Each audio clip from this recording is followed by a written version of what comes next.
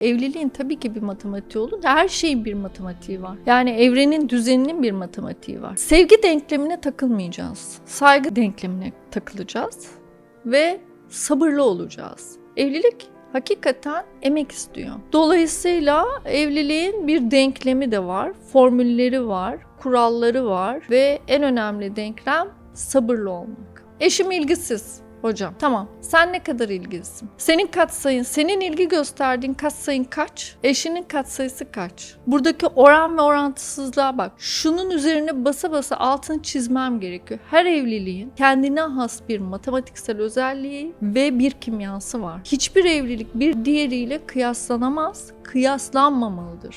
Dışarıda gördüğümüze göre kendi evliliğimizi değerlendirmemiz intihar. Yasemin hocam, evliliğin matematiği mi olur? Olur. Nasıl olur hocam? 1+1 mutlu evlilik mi ediyor? 2+1 mutlu evlilik ediyor. Çünkü sen ikisin, kadın 2, erkek 1. Kadın niye 2 hocam? Doğurgan, doğum yapabildiğin için, doğurgan olduğun için sen aslında varlıksal olarak ikisin. Ama evliliğin tabii ki bir matematiği olur. Her şeyin bir matematiği var. Yani evrenin düzeninin bir matematiği var. Hocam evlilik daha böyle duygusal bir şey değil mi? Matematik ne alaka? Evlilik duygusal bir şey değil. Evlilik bir ortaklık, iş ilişkisi gibi bir şey. İki insan birbirine aşık olur veya olmaz. Hatta bazı yerlerde neredeyse biliyorsun Anadolu'da bunu artık iş anlaşması gibi bile yapıyorlar. Yani iki insan bir araya gelir, karşılıklı sevgi saygı çerçevesi içerisinde sorumluluklarını yerine getireceklerine söz verirler ve bir sözleşme imzalarlar.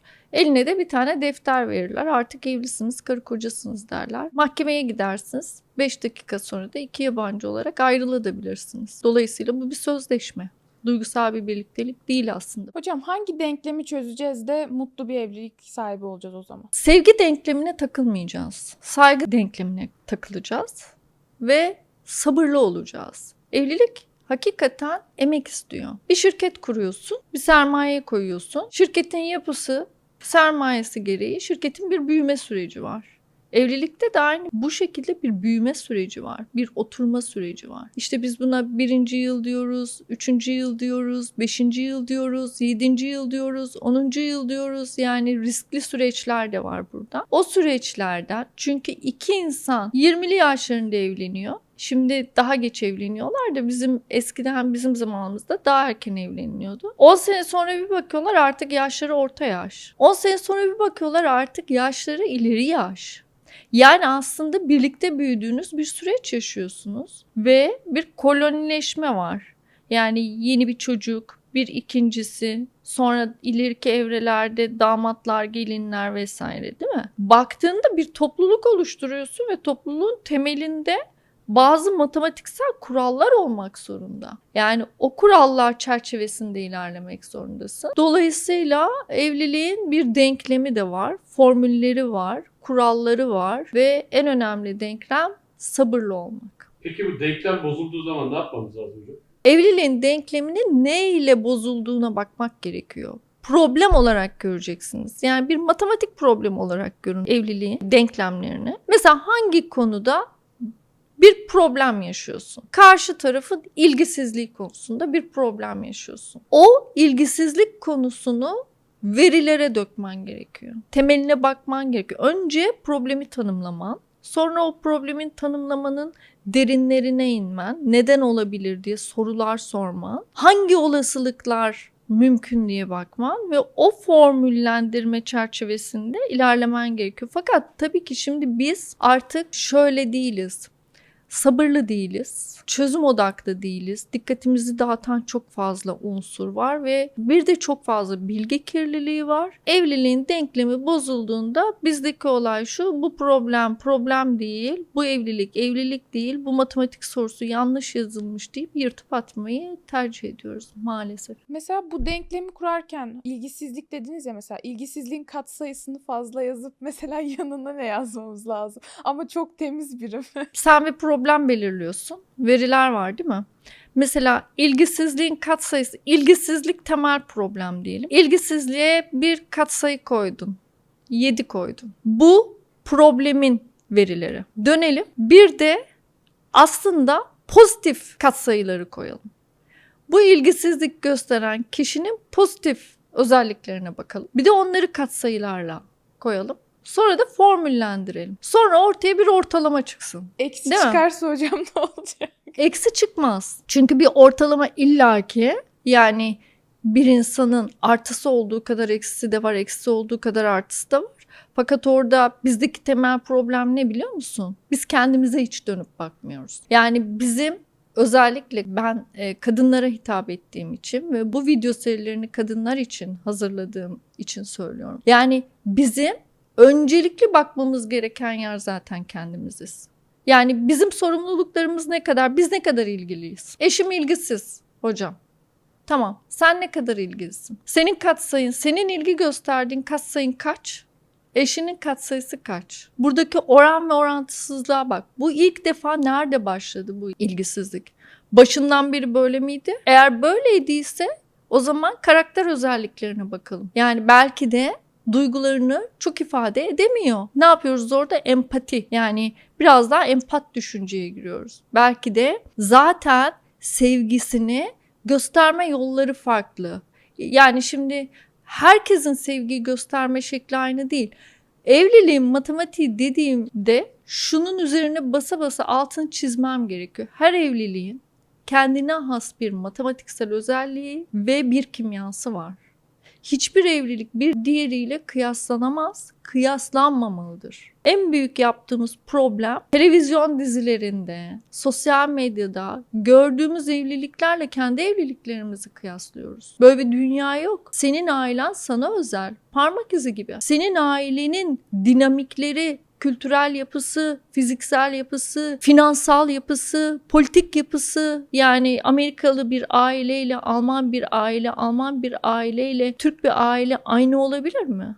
Olamaz. Dolayısıyla kayınvalidesiyle birlikte yaşayan bir kadının problemleriyle İstanbul'da bir residence'da özgür bir hayat yaşayan bir kadının problemleri aynı olabilir mi? Olamaz. İkisinin aile dinamikleri aynı mıdır? Hayır, değildir. Dolayısıyla evlilikte, yani dışarıda gördüğümüze göre kendi evliliğimizi değerlendirmemiz intihar. Altını böyle koyu kalemle çizmek istiyorum bunu. Bu bir intihar. Evliliklerde intihar. Çünkü siz kendi evliliğinizi dizide gördüğünüz, sosyal medyada gördüğünüz veya arkadaşınızda gördüğünüz bir evlilik yapısıyla kıyaslıyorsunuz. Siz kendi evliliğinizin özel dinamiklerine bakmıyorsunuz. Dolayısıyla orada ne oluyor? Eleştiri başlıyor.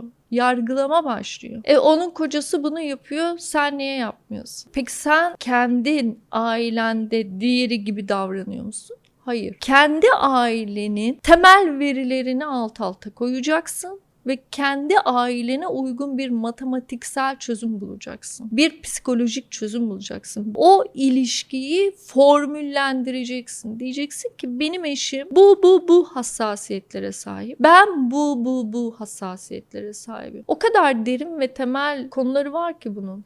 Arkaya gitmek, derine inmek, inanç kalıplarımıza kadar gitmek gerekiyor. O konular ne hocam? Aile, kültür, toplumsal yargılar, toplumsal dayatmalar, kültürel dayatmalar. Şimdi biz evliliği annemizin ve babamızın evliliğinde gördüğümüz olarak şekillendiriyoruz.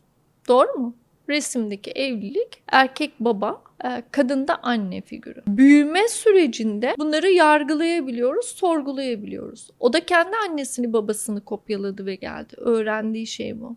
Bir de toplumun evlilik yapısı var. Yani toplumda evlilik dayatması yapısı var. Fakat senin mazur yani sürekli etki altında bırakıldığın bir de senin kültürün dışında bir evlilik yapısı var. Bu son zamanlarda işte sizin yaş grubu arkadaşların arasında ghosting, işte love bombing gibi evet, cümlelerle ifade edilen böyle hani aşkın kanunuymuş gibi ifade edilen bazı kelimeler var ya. Şimdi şöyle düşün.